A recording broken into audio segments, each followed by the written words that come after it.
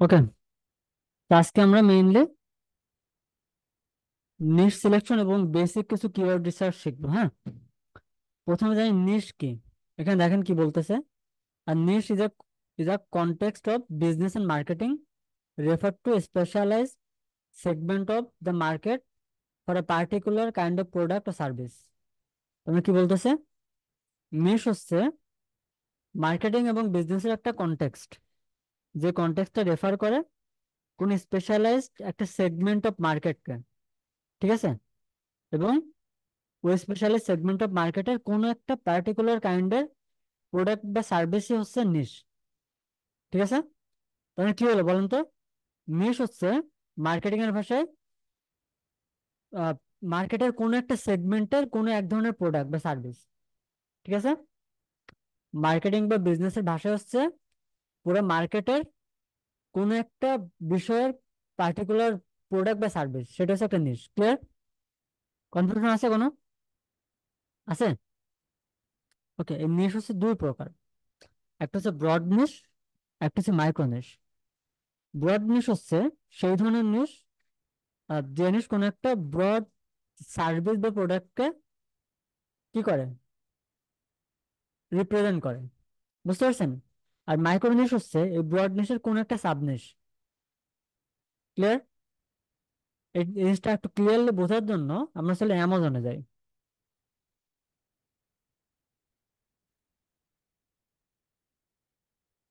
আপনি যদি কখনো অ্যাফিলিয়েট মার্কেটিং করতে চান, তাহলে এই নিশ সিলেকশনের পার্টটা আপনার খুব কাজে লাগবে। ওকে, সো দেখেন অ্যামাজনে এখানে ডেলিভার টু দেয়া নিউ ইয়র্ক, তাই না? বাট আপনার এরকম থাকবে না। বুঝতে পারছেন? আপনার কি হবে না? লাইক নর্মালি আপনার থাকবে তো বাংলাদেশ, এরকম থাকবে। হ্যাঁ, বাংলাদেশ থাকলে কিন্তু পুরা ওয়েবসাইটের দেখেন পুরো আর্কিটেকচার চেঞ্জ হয়ে গেছে না? এখন আপনাকে ইউএসএ যে ভার্সন, সেই ভার্সনটা আনতে হবে। এটা আনার জন্য ডেলিভার টু তে ক্লিক করবেন। এরপরে অ্যাপ্লাইয়ের এখানে 1001 এটা লিখে অ্যাপ্লাই দিবেন। দিলে দেখবেন ইউনাইটেড স্টেট চলে আসবে, তাই না? এরপর কন্টিনিউ ক্লিক করবেন। ঠিক আছে?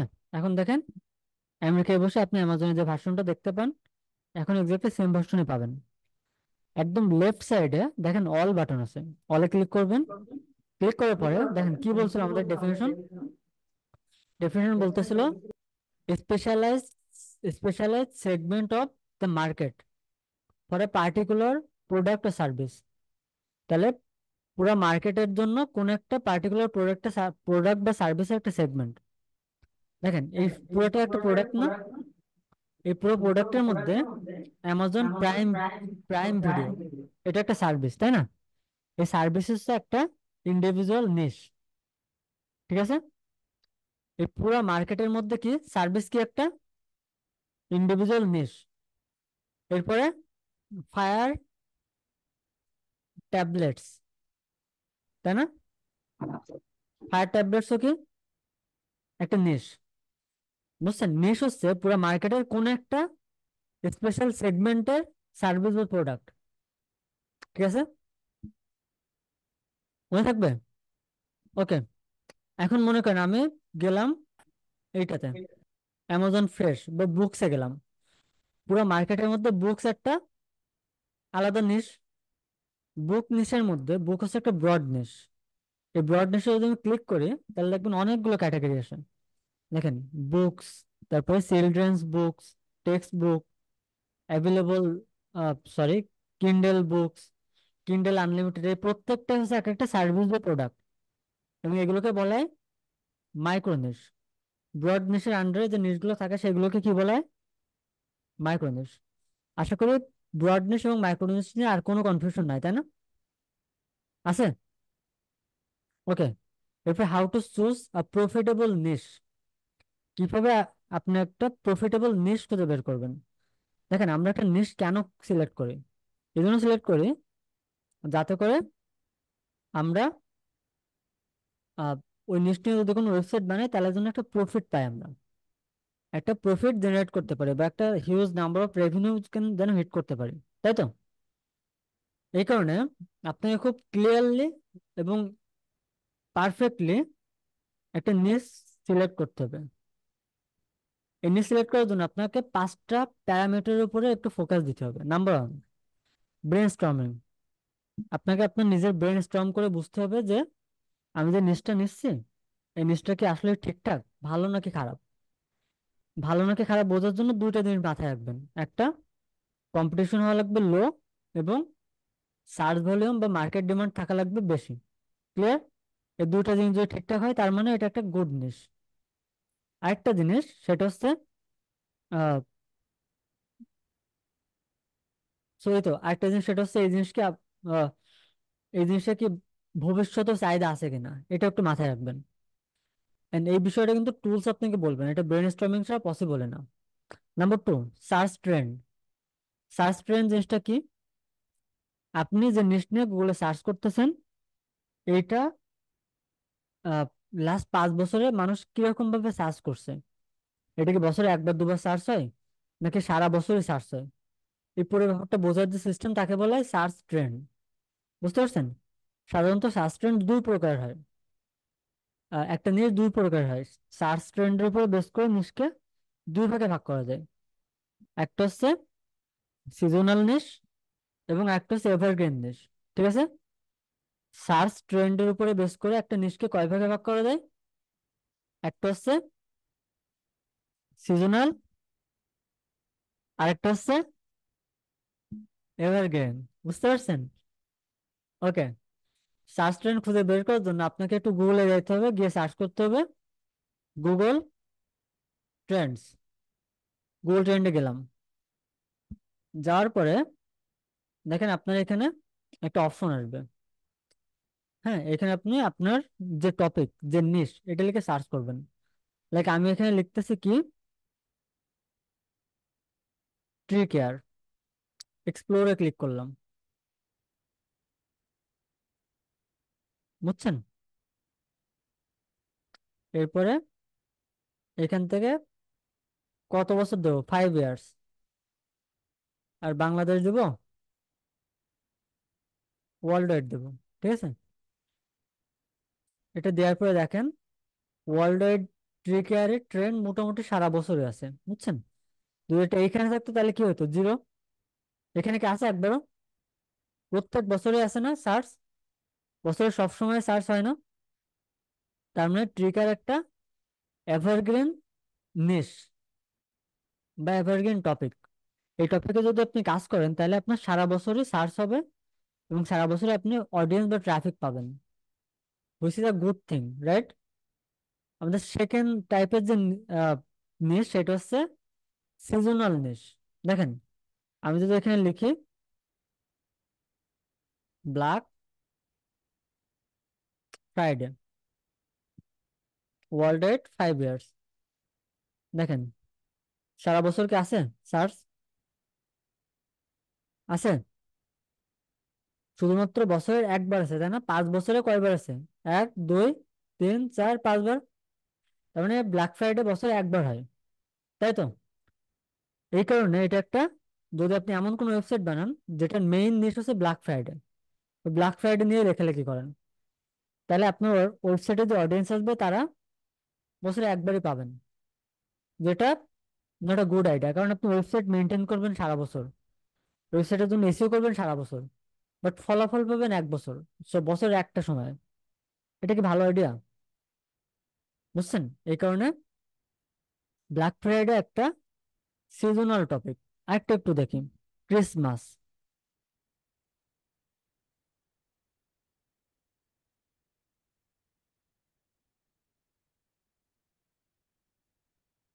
ক্রিসমাসও কয়বার আসে বছরে? যদি আপনার ওয়েবসাইট হয় ক্রিসমাস নিয়ে, তাহলে আপনি সারা বছরে কয়বার ট্রাফিক পাবেন? যেটা কি ভালো আইডিয়া? এটা কখনোই একটা গুড আইডিয়া না। ঠিক আছে? এই কারণে আপনি অলওয়েজ নিট সিলেক্ট করার সময় মাথায় রাখবেন যেন আপনার টপিকটা সিজনাল না হয়ে যায়, যেন সেটা এভারগ্রিন হয়। ক্লিয়ার? নেক্সট হচ্ছে কম্পিটিশন। কম্পিটিশনের ক্ষেত্রে আপনার দুইটা জিনিস মাথায় রাখতে হবে। Number 1, actual competition. Actual competition কি করে বের করতে হয় শিখাইছিলাম না? সার্চে যাবেন, লিখবেন all in title. All in টাইটেলের পরে ক্লোন দিয়ে কিওয়ার্ড, ঠিক আছে, কোলন দিবেন, তারপরে কিওয়ার্ডটা বসাবেন। ওকে, তাহলে আপনি অ্যাকচুয়াল কম্পিউটার পাবেন। সাধারণত যে সার্চ টার্মের অ্যাকচুয়াল কম্পিউটার বেশি, ওটা খুব কঠিন একটা নিশ, এবং শুরুর দিকে এরকম খুব কঠিন নিশ নিয়ে কাজ করা নট আ গুড আইডিয়া। ঠিক আছে, এরপরে আরেকটা জিনিস, সেটা হচ্ছে কিওয়ার্ড ডিফিকাল্টি। কিওয়ার্ড ডিফিকাল্টি বের করার জন্য আমরা দুইটা সফটওয়্যার ব্যবহার করব। Ahrefs, এটা হচ্ছে এসইও দুনিয়ার সব থেকে জনপ্রিয় একটা সফটওয়্যার ওয়েবসাইট। আরেকটা হচ্ছে এসিএমরাশ। আমরা এসিএমরাশ থেকে সার্চ ভলিউম বের করব। Ahrefs যদিও সব থেকে ভালো, বাট Ahrefs খুবই দামি, খুবই এক্সপেন্সিভ, বুঝছেন? বাট এসিএমরাশও মোটামুটি সিমিলার কাজ করতে পারে যেটা Ahrefs পারে। এই কারণে Ahrefs না ইউজ করে এসিএমরাশ ইউজ করলে খুব একটা ক্ষতি হবে না, মোটামুটি সেম রেজাল্টই পাবেন। ঠিক আছে, ওকে। সো আমরা এসিএমরাশে গিয়ে যদি আমরা কোনো কিওয়ার্ড লিখে সার্চ করি, তাহলে দেখবেন, কি দেখবেন? তাহলে দেখবেন আপনি সার্চ ভলিউম পেয়ে যাচ্ছেন এবং কিওয়ার্ড ডিফিকাল্টি পেয়ে যাচ্ছেন। কম্পিটিশন এই জিনিসটা বোঝার আগে বুঝবেন, যেখানে কিওয়ার্ড ডিফিকাল্টি বেশি সেটা অনেক কম্পিটিটিভ একটা নিশ, এবং যেখানে কিওয়ার্ড ডিফিকাল্টি কম সেটা একটা তুলনামূলক কম কম্পিটিটিভ একটা নিশ। শুরুর দিকে আমরা চেষ্টা করব কম কম্পিটিটিভ একটা নিশ নিয়ে কাজ করতে। ক্লিয়ার? কনফিউশন আছে কোনো? এরপরে কমিশন রেট। আপনাদের প্রথম ক্লাসে আমি একটা কিওয়ার্ড রিসার্চের এক্সেল শিট প্রোভাইড করছিলাম, মনে আছে? ওইখানে দেখাইছিলাম না যে একটা প্রোডাক্ট যখন আপনি চুজ করবেন, তখন এটার কমিশন রেট সহ প্রফিট কত আসবে, এটা একটা ম্যাথ ছিল না? এই ম্যাথ করে যদি দেখেন যে আপনার কমিশন রেট ভালো, সরি সরি, কমিশন রেট মানে হচ্ছে সাধারণত কোনো একটা প্রোডাক্ট নিয়ে আপনি যদি অ্যাফিলিয়েট করেন, অ্যামাজন আপনাকে 4 থেকে 10% মতো কমিশন দেয়। ঠিক আছে, তো মনে করেন আপনার প্রোডাক্টের প্রাইস $5, অ্যামাজন কমিশন দিচ্ছে 5%। আপনার কয় টাকায় বা হবে বলেন? 1 টাকা হবে? $1 হবে? হবে না তো, তাই না? এই কারণে যে যেটার কমিশন রেট বেশি এমন প্রোডাক্ট নিয়ে কাজ করবেন, এবং প্রোডাক্টের প্রাইস যেন বেশি থাকে, মিনিমাম $50। কত ডলার? $50। এরপরে এখানে বিভিন্ন ব্যাপার আছে। যদি আপনার প্রোডাক্টের প্রাইস হয় $20, বাট প্রোডাক্ট যদি খুব মার্কেট ডিমান্ড থাকে, তাহলে এটা কনসিডার করা যায়। বাট এইসব জিনিস আপনার ব্রেন খাটায় বুঝতে হবে যে আসলে ঠিকঠাক আছে কি নাই। এরপর প্রফিটেবলের জন্য আপনাকে একটা keyword research Excel sheet provide করছিলাম না? ওই শিটে দেখবেন খুব ক্লিয়ারলি বলা আছে যে আহ, এই কিওয়ার্ড নিয়ে কাজ করলে আপনি প্রফিট করবেন নাকি করবেন না, মনে আছে? মনে আছে না? সো ওই ম্যাথটা করে ডিসাইড করবেন যে আমি যে কিওয়ার্ডটা নিয়ে কাজ করতেছি, কিওয়ার্ডটা আসলে প্রফিটেবল নাকি প্রফিটেবল না। ক্লিয়ার? ওকে। কিওয়ার্ড সিলেকশন ম্যাট্রিক্স এবং নিশ সিলেকশনের যে পুরো ব্যাপার মোটামুটি সেম। কিওয়ার্ডে ওকে সার্চ ভলিউম দেখে, নিশে সার্চ ভলিউম দেখে কোথায়? কম্পিটিশনের জায়গায়। ঠিক আছে, প্রথমে আমাকে সার্চ ভলিউম দেখতে হবে। সার্চ ভলিউম মানে হচ্ছে মান্থলি সার্চ ভলিউম। একটা কিওয়ার্ড লিখে 1 মাসে কত মানুষ সার্চ করতে পারে, এটা একটা এস্টিমেট হচ্ছে সার্চ ভলিউম। ঠিক আছে, সার্চ ট্রেন্ড কি বোঝানো লাগবে? আর ডিফিকাল্টি বা কম্পিটিশন বোঝানো লাগবে? প্রফিটেবল বোঝানো লাগবে? কমিশন রেট বোঝানো লাগবে? ওকে। এরপরে দেখেন কিওয়ার্ড রিসার্চ ক্রাইটেরিয়া। আপনি যখন কিওয়ার্ড রিসার্চ করবেন তখন কোন ক্রাইটেরিয়া গুলো মাথায় রাখবেন? Number 1, search volume. আপনার কিওয়ার্ডের সার্চ ভলিউম অবশ্যই 100 থেকে 1500-র মধ্যে হওয়া লাগবে। 1500 বেশি হলে কোনো ক্ষতি নাই। তবে সাধারণত যে কিওয়ার্ডের সার্চ ভলিউম বেশি থাকে, তার কম্পিটিশনও অনেক বেশি থাকে। এই কারণে শুরু থেকে বেশি সার্চ ভলিউমের কিওয়ার্ড নিয়ে কাজ করা not a good idea. Clear? Number 2, 100+ product available. আপনি যে প্রোডাক্টের অ্যাফিলিয়েট করবেন, মাথায় রাখেন এই প্রোডাক্টটা যেন অ্যাটলিস্ট 100+ ইন স্টক থাকে। ঠিক আছে? অ্যামাজনে গেলে আপনি দেখবেন কোন একটা প্রোডাক্ট আউট অফ স্টক নাকি ইন স্টক, এবং স্টকে কতটা আছে তাও কিন্তু দেখা যায়। বুঝতে পারছেন? দেখেন,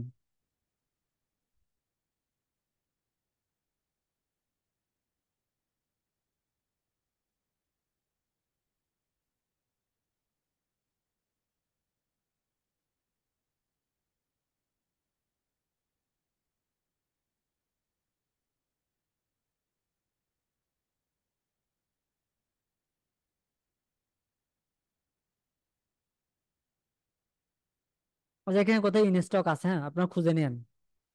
বুঝতে পারছেন? নাম্বার 3, এটা একটু ভালো করে বুঝেন। অ্যাট লাস্ট টু মানে দুই, দুইটা on the first page doesn't exact match keyword in title. কি লিখলাম? প্রথম পেজে দুইটা আপনি যে ওই কিওয়ার্ডটা লিখে যদি সার্চ করেন, যেমন আমি লিখলাম আমার keyword tree care. Tree care হচ্ছে আমার কিওয়ার্ড। এই জিনিসটা দেখেন প্রত্যেকটা ওয়েবসাইটে ট্রি কেয়ার আছে না? ট্রি কেয়ার, ট্রি কেয়ার টাইটেলে আছে তো। Tree care, tree care, new tree care. যদি আপনার ফোকাস কিওয়ার্ড এক্স্যাক্টলি না থাকে, তাহলে এটা good symptom.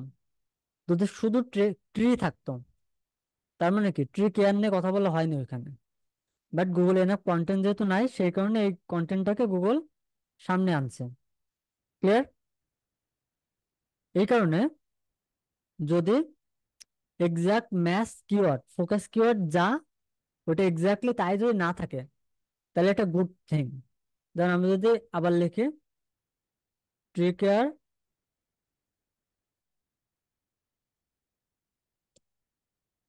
Service in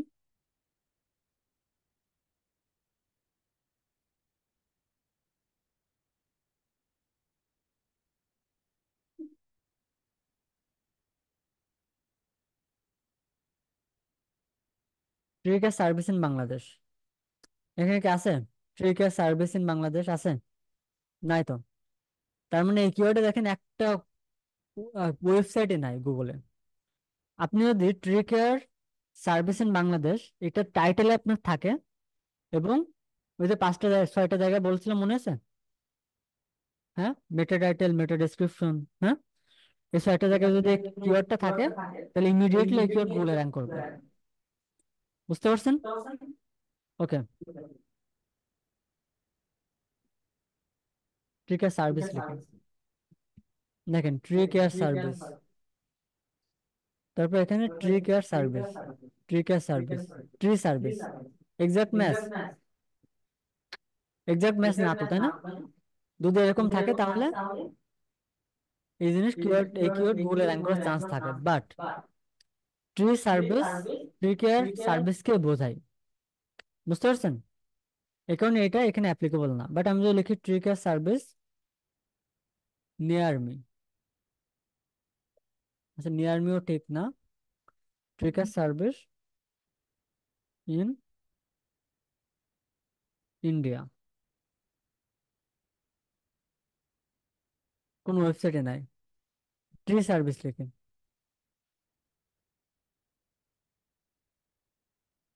tree gardening in India. বুঝছেন? এক্সাক্ট ম্যাচ না তো। যদি এরকম থাকে তার মানে আপনি পারফেক্ট কিওয়ার্ড নিয়েছেন, এবং এই কিওয়ার্ড খুব দ্রুত গুগলে র্যাঙ্ক করবে। ঠিক আছে? Number 4, at least two on the page, on the first page with DAPA 30 কম। বুঝতে পারছেন? ওকে, যদি আপনার যে ওয়েবসাইট গুলো আছে, এই যে রেজাল্ট আছে এর মধ্যে দুইটা ওয়েবসাইট যদি ডিএ এবং পিএ, ডোমেইন অথরিটি এবং পেজ অথরিটি 30 কম থাকে, তার মানে ওইখানে আপনার ওয়েবসাইট র্যাঙ্ক করার একটা সুযোগ আছে। যেহেতু এটা ডোমেন অথরিটি এবং পেজ অথরিটি কম, সেই কারণে ওটা খুব একটা স্ট্রং কম্পিটিটর না, এবং ওকে বিট করা বেশ সহজ হবে। ক্লিয়ার? বুঝতে পারছেন এটা? কনফিউশন আছে কোনো? ডিএপি বের করতে পারেন না? Okay. Number 5, at least two on the first page with juicy page link soap, মানে বলতেছে যে at least দুইটা পেজের ডু ফলো ব্যাকলিঙ্ক যারা দিছে তাদের লিঙ্ক যেন 30 কম থাকে। কারণ কি? কারণ ডু ফলো ব্যাকলিঙ্ক কি করে? এসইও স্টুডেন্ট পাস করে। আমরা কম্পিউটাররা কোন জায়গা থেকে ব্যাকলিঙ্ক নিছে এটা আমরা খুব ইজিলি বের করতে পারবো এসিএম ব্রাশ থেকে। যখন আমরা ওয়েবসাইট অডিট শিখবো, ব্যাকলিঙ্ক অ্যানালাইসিস শিখবো, তখন আমরা এই জিনিস দেখাবো। ঠিক আছে? ওকে, এই পর্যন্ত বুঝছেন তাই না? তার মানে অ্যাটলিস্ট দুইটা ওয়েবসাইট যাদের ওই পেজে যে জায়গা থেকে লিঙ্ক দেওয়া আছে ডু ফলো লিঙ্ক, এই লিঙ্ক যেন 30 কম থাকে। যে ওয়েবসাইট লিঙ্ক দিয়েছে সেই ওয়েবসাইটের কি ডু ডু ফলো লিঙ্ক যেন 30 কম থাকে। Number 5, at least 3 others niche site or weak site on first page. আপনি যে সার্চ টপিক লিখে সার্চ করছেন গুগলে, এটাতে যেন মিনিমাম কয়টা, মিনিমাম দুইটা নিশ ওয়েবসাইট থাকে। নিশ ওয়েবসাইট কি দেখেন, আহ এটা হচ্ছে residential tree and lawn care service. এই ওয়েবসাইটে আমি জানি আরো অনেক বিষয় নিয়ে কভার করে। যদি ওয়েবসাইট এমন হতো শুধুমাত্র ট্রি সার্ভিস নিয়ে ওয়েবসাইটটা দাঁড় করানো, তার মানে ওটা ছোট একটা সাইট এবং নিশ ওয়েবসাইট। সাধারণত যে ওয়েবসাইট অনেক বেশি টপিক কভার করে ওটা বড় অথরিটি সাইট হয়। নিশ ওয়েবসাইট সাধারণত কম অথরিটি সাইট হয় এবং অল্প কিছু বিষয় নিয়ে কভার করে। এই কারণে আপনি যদি যে কিওয়ার্ড লিখে সার্চ করছেন ওই কিওয়ার্ডে যদি অ্যাটলিস্ট তিনটা নিশ সাইট থাকে, তার মানে আপনি ওই তিনটা জায়গার কোন একটা জায়গাকে সরায় নিজের জায়গা দখল করে নিতে পারবেন। ক্লিয়ার? আইডিয়া বুঝছেন? তার মানে তিনটা অ্যাটলিস্ট সাইট, আমার দুর্বল সাইট লাগবে, নিশ ওয়েবসাইট লাগবে। ক্লিয়ার? বুঝতে পারছেন? Number 7, KD, keyword difficulty under 30। Keyword difficulty আমরা কোন জায়গা থেকে বের করবো? এসিএম ব্রাশ থেকে। বাট কিওয়ার্ড ডিফিকাল্টি আপনি মজ থেকেও এ করতে পারবেন। মজের একটা এক্সটেনশন আছে যেটা হচ্ছে,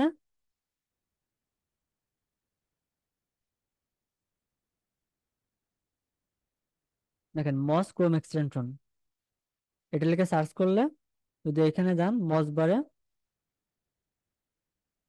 এরপর এটাতে অ্যাড টু ক্রোম লিখলেন, অ্যাড এক্সটেনশনে ক্লিক করলেন।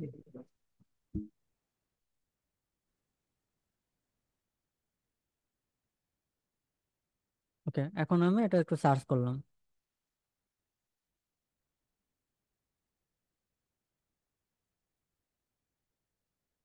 ওকে, এখন এখানে আপনাকে একটা অ্যাকাউন্ট ক্রিয়েট করতে হবে, করে লগ ইন করতে হবে। করলে আপনার এখানে নিচে ছোট্ট করে সুন্দর করে দেখাবে যে এটার আহ, এই যে ওয়েবসাইটের কিওয়ার্ড ডিফিকাল্টি কত, ডোমেন ডিএপিএ কত, সবকিছু একবারে দেখাবে।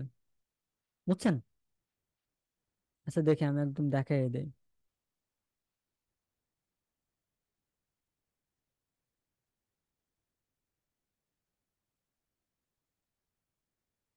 আচ্ছা, এখন আমাকে লগ ইন করতে হবে। আপনারা করে নেন, হ্যাঁ। এটা ম্যান্ডেটরি না, এটা আমি কাজেও লাগাবো না, কারণ আমরা মেইনলি কাজ করবো এসিএম ব্রাশ নিয়ে। বুঝছেন? ওকে, এসিএম ব্রাশে দেখবেন কিওয়ার্ড লিখে সার্চ করলে ওটা এসিএম ব্রাশে একটা টুলস আছে, কিওয়ার্ড ম্যাজিক টুল, যেখানে এট এ টাইম আপনার সবকিছু দেখাই দেবে। সে এত কঠিন প্যারানের কিছু নাই। বুঝতে পারছেন কিওয়ার্ড রিসার্চ ক্রাইটেরিয়া? এরপরে কিওয়ার্ড রিসার্চ টুলস ফ্রি। এই টুলগুলো দিয়ে ফ্রিতে আপনি কিওয়ার্ড রিসার্চ করতে পারবেন। বুঝছেন? এগুলো নিয়ে একটু ঘাটাঘাটি করলে আপনারা ইজিলি সব পেয়ে যাবেন। এলএসআই কিওয়ার্ড লিখে সার্চ করলে, তো এলএসআই গ্রাফ হচ্ছে একটা ওয়েবসাইট যেখানে আপনাকে এলএসআই কিওয়ার্ড সাজেস্ট করে। এলএসআই কিওয়ার্ড কি একটু পরে বলতেছি। ওকে, বাকিগুলো এক্স্যাক্টলি সেম, বাট এইটা একটু ট্রাই করতে পারেন, গুগল অ্যাডওয়ার্ডস কিওয়ার্ড প্ল্যানার। এগুলো আমাদের লাগবে না, কারণ আমরা এসিএমআর দিয়ে সব কাজ করতে পারবো। ক্লিয়ার? ওকে, বাট কখনো যদি কোনো ক্রাইসিস আসে তখন এগুলো ব্যবহার করতে পারবেন দেখে দিয়ে দেওয়া। পেইড টুল, এইচরেফস এবং এসিএমআর, যেটার কথা একটু আগে বললাম।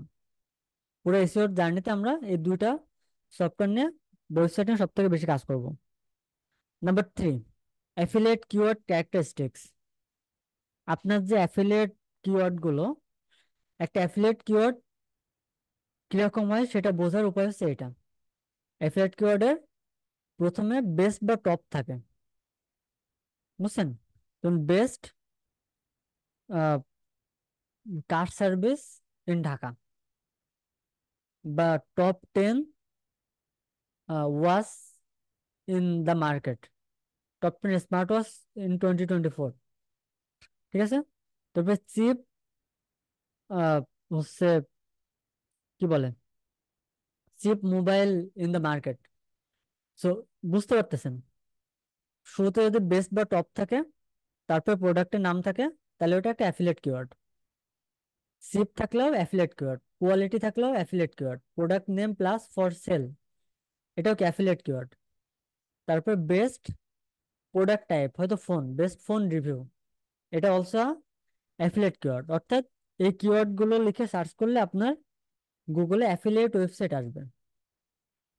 ঠিক আছে? বুঝতে পারছেন? যদি আপনি অ্যাফিলিয়েট মার্কেটিং নিয়ে কাজ করতেছেন, তাহলে আপনার কিওয়ার্ড গুলো এরকম হওয়া লাগবে। এরপরে LSI keyword, Latin semantic indexing.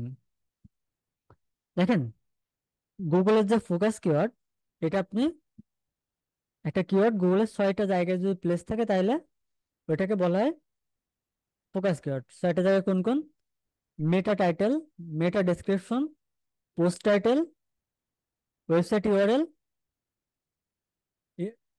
Feature ইমেজের অল টেক্সটে, এবং কন্টেন্টের ফার্স্ট 100 ওয়ার্ডের মধ্যে। এই কয় জায়গায় যদি থাকে, তাহলে ওইটা হয় একটা ফোকাস কিওয়ার্ড। বাট যদি গুগল ক্লিয়ারলি বলে দিছে, আপনি একটা আর্টিকেলে, যদি 1000 ওয়ার্ডের আর্টিকেল হয়, তাহলে ম্যাক্সিমাম 2 থেকে 3 বার ফোকাস কিওয়ার্ড ব্যবহার করতে পারবেন। কয়বার? 2 থেকে 3 বার। বাট কখনো কখনো ফোকাস কিওয়ার্ডের গুরুত্ব বোঝানোর জন্য অনেক সাপোর্টিভ কিওয়ার্ড ব্যবহার করা লাগে। অনেকে যে ভুলটা করে, ফোকাস কিওয়ার্ডের গুরুত্ব বাড়ানোর জন্য ফোকাস কিওয়ার্ডকে বারবার লিখে 5 6 7 8 10 12 বারও লিখে ফেলে, which is not a good idea. Clear? বুঝতে পারছেন? শুধুমাত্র গুড আইডিয়া না, এটা গুগলের টার্মস এন্ড পলিসির বাইরে, এগেনস্টে। এন্ড যদি আপনি এমনটা করেন, তাহলে আপনি কিওয়ার্ড স্টাফিং করছেন। কি করছেন? Keyword stuffing. কিওয়ার্ড স্টাফিং হচ্ছে গুগলকে একটা কিওয়ার্ড বারবার পুশ করা, গুগলের রেকমেন্ডেড যতবার কিওয়ার্ড একটা কন্টেন্টে দেওয়া যাবে তার থেকে বেশিবার ইউজ করা। ইট কল কিওয়ার্ড স্টাফিং। এই ব্যাপারটা শুধুমাত্র কি, এই ব্যাপারটা শুধুমাত্র ফোকাস কিওয়ার্ডের ক্ষেত্রে প্রযোজ্য, বাকি কিওয়ার্ডের ক্ষেত্রে প্রযোজ্য না। এই কারণে কখনো কখনো ফোকাস কিওয়ার্ডকে বোঝানোর জন্য বা ফোকাস কিওয়ার্ডের গুরুত্ব বৃদ্ধি করার জন্য অনেক সাপোর্টিভ কিওয়ার্ড ব্যবহার করা হয়, যে কিওয়ার্ডগুলো ফোকাস কিওয়ার্ডকে ইন্ডিকেট করে।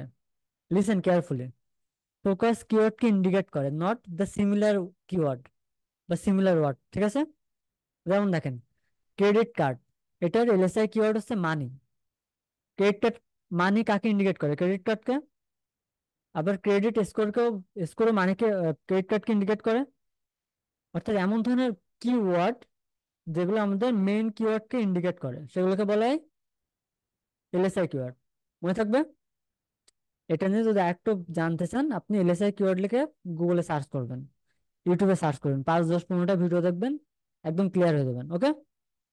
এরপরে advance technique to find out profitable keyword. Profitable keyword হচ্ছে সেইগুলো যে কিওয়ার্ডে সার্চ ভলিউম খুবই বেশি বা তুলনামূলক বেশি, কিন্তু কম্পিটিশন একেবারে কম। যদি কোনো কিওয়ার্ড লিখে সার্চ করে আপনি দেখেন গুগলে ভিডিও ওয়েবসাইট আসতেছে, অর্থাৎ ইউটিউবের রেজাল্ট দেখাচ্ছে, বা রেডিটের রেজাল্ট দেখাচ্ছে, পিন্টারেস্টের রেজাল্ট দেখাচ্ছে, তার মানে ওটা একটা লো কম্পিটিটিভ কিওয়ার্ড। ঠিক আছে। যদি সেম ভাবে কিওয়ার্ড লিখে সার্চ করলে পিডিএফ ওয়েবসাইট বা ডক ওয়েবসাইট দেখায়, যে ওয়েবসাইটে শুধুমাত্র ক্লিক করলে পিডিএফ ডাউনলোড হয়, এমন হয় না অনেক সময়? এই ধরনের কিওয়ার্ড গুলো সাধারণত লো কম্পিটিটিভ কিওয়ার্ড। ঠিক আছে। নিউ ওয়েবসাইট, যদি সার্চ দিলে যে ওয়েবসাইট গুলো আছে এগুলো নতুন ওয়েবসাইট হয়, তাহলে ওটা হবে কি নতুন ওয়েবসাইট। সেক্ষেত্রে আপনি ডোমেইন নেম চেক করতে পারবেন, গুগলে জাস্ট লিখে সার্চ করবেন ডোমেইন নেম চেকার, এটাতেও যাইতে পারেন, এটাতেও যাইতে পারেন। ওকে, আমি ডুপ্লিসেকারে গেলাম, গিয়ে এখানে আপনার ইউআরএলটা লিখবেন। লাইক আমি আহ, এটা লিখতেছি, right click, copy, paste, main ইউআরএলটা দিলাম শুধু। ওকে, এবার চেক ডোমেন। ওয়েবসাইটটা 28 বছর 5 মাস বয়স, বুঝতে পারছেন? তার মানে এই ওয়েবসাইটকে সরানো খুব কঠিন হবে। 28 বছরে এ অনেক বড় একটা অথরিটি হয়ে গেছে, বুঝছেন? মনে করেন আপনার কোন একটা স্কুলের প্রধান শিক্ষক কোন একটা বিষয়ে জ্ঞান দেবে, ভার্সেস একটা জুনিয়র টিচার মাত্র আসছে, সে একটা বিষয়ে জ্ঞান দেবে, আপনি কার কথা শুনবেন? প্রধান শিক্ষকের কথা, বুঝছেন? কারণ প্রধান শিক্ষক এত বছর ধরে তার অথরিটি বিল্ড করে ফেলছে। সেম থিং এখানেও, গুগলের দুনিয়ায় এই ওয়েবসাইট 28 বছর ধরে নিজের অথরিটি এস্টাবলিশ করছে। So আপনি নতুন করে এটাকে সরাই দিবেন, এর চান্সেস খুব কম। ওকে, এই কারণে শুরুর দিকে কম বয়সে হলো ওয়েবসাইট যদি থাকে, তার মানে ওই কিওয়ার্ড গুলো আপনার র্যাঙ্ক করার চান্সেস অনেক বেশি। ঠিক আছে। এরপরে ডোমেইন অথরিটি এবং পেজ অথরিটি। যদি আপনার রেজাল্টের যে ওয়েবসাইট গুলো সেই ওয়েবসাইট গুলো ডোমেইন অথরিটি এবং পেজ অথরিটি কম থাকে, তার মানে is a highly likely chances to get rank in the first page. ঠিক আছে। এরপরে লো ব্যাকলিঙ্ক প্রোফাইল। আপনার কিওয়ার্ডের উপরে সার্চ করলে যে ওয়েবসাইট গুলো আসতেছে এগুলোতে যদি ব্যাকলিঙ্ক লো থাকে, বুঝতে পারছেন? কম ব্যাকলিঙ্ক যদি থাকে, তার মানে ওয়েবসাইটে র্যাঙ্ক করা বেশ সহজ হবে, ওই কিওয়ার্ডে র্যাঙ্ক করা সহজ হবে। সোশ্যাল মিডিয়া ওয়েবসাইট, কোনো কিওয়ার্ড লিখে সার্চ করলে যদি আপনার ফেসবুকের রেজাল্ট আসে, টুইটারের রেজাল্ট আসে, ইনস্টাগ্রামের রেজাল্ট আসে, তার মানে ওইখানে এনাফ কন্টেন্ট নাই, কন্টেন্ট নাই দেখে গুগল সোশ্যাল মিডিয়ার রেজাল্ট দেখাইছে। ঠিক আছে।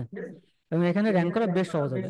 নিউজ পোর্টাল ওয়েবসাইট, কোন একটা কিওয়ার্ড লিখে সার্চ করলে যদি আপনার প্রথম আলোর রেজাল্ট আসে, ডেইলি স্টারের রেজাল্ট আসে, তার মানে হচ্ছে আসলে এনাফ কন্টেন্ট নাই দেখে নিউজ পোর্টালের রেজাল্ট গুলো দেখাচ্ছে। নিউজ পোর্টালের যে রেজাল্ট এগুলো কি এভারগ্রিন রেজাল্ট? না তো। এই কারণে গুগল এভারগ্রিন কন্টেন্টকে একটু বেশি প্রায়োরিটি দেয়। ঠিক আছে। নিউজ লেটার আজকের নিউজ তো আগামীকালকে পুরাতন হয়ে যাবে, তাই না? গুগল বাধ্য হয়ে তখন নিউজ পোর্টালের রেজাল্ট দেখাবে যখন এরা কন্টেন্টই নাই। এরপর সাবডোমেন। আপনারা একবার ফ্রি ডোমেন কিনছিলেন, মনে আছে? নিছিলাম pantheon.io থেকে। ওইখানে যে সাইটটা, ওইটা আপনি একটা নাম দিছেন, তারপরে .pantheon.io এরকম আসে না? এটা হচ্ছে একটা সাবডোমেন। সাবডোমেনের রেজাল্ট সাধারণত গুগল প্রথম থেকে দেখাইতে চায় না। যদি কখনো দেখায় তার মানে বুঝবেন ওইখানে স্ট্রং কম্পিটিশন নাই। যদিও সাবডোমেন নিয়ে গুগলের র্যাঙ্কিং ফ্যাক্টরে কোনো ঝামেলা নেই, বাট সাধারণত যে লোক সাবডোমেন নিয়ে কাজ করে ও ও নিজে সিরিয়াস না, এবং ও নিজে যেহেতু সিরিয়াস না, ওর রেশিও যেহেতু কম, কম করবে, এফোর্ট কম দেবে, সেহেতু আপনি ওইখানে খুব ইজিলি র্যাঙ্ক করতে পারবেন। কোশ্চেন অ্যান্সার ওয়েবসাইট, যদি গুগলে সার্চ করার পর এমন ধরনের ওয়েবসাইট পান যেগুলো যেগুলো হচ্ছে কোশ্চেন অ্যান্সার সাইট, লাইক কোরা, অ্যান্সার দ্য পাবলিক, বুঝতে পারছেন? অ্যান্সার দ্য পাবলিক যদিও রেজাল্ট দেয় না, ওইখানে দেওয়ার পরে রেজাল্ট আসে, মেনলি কোরা, বুঝছেন? কোরা যদি রেজাল্ট পান তার মানে ওইখানে এনাফ কন্টেন্ট নাই, নাই দেখেও কোরা রেজাল্ট দেখাইছে গুগল। ঠিক আছে। KGR keyword. কেজিআর কিওয়ার্ডকে keyword golden ratio. Keyword golden ratio is a math, যে ম্যাথ আমাদেরকে বলে একটা নাম্বার বলে, যে নাম্বার যদি হিট করে যে রেঞ্জের মধ্যে থাকলে ওই কিওয়ার্ডটা সাধারণত low competition with high search volume. ঠিক আছে।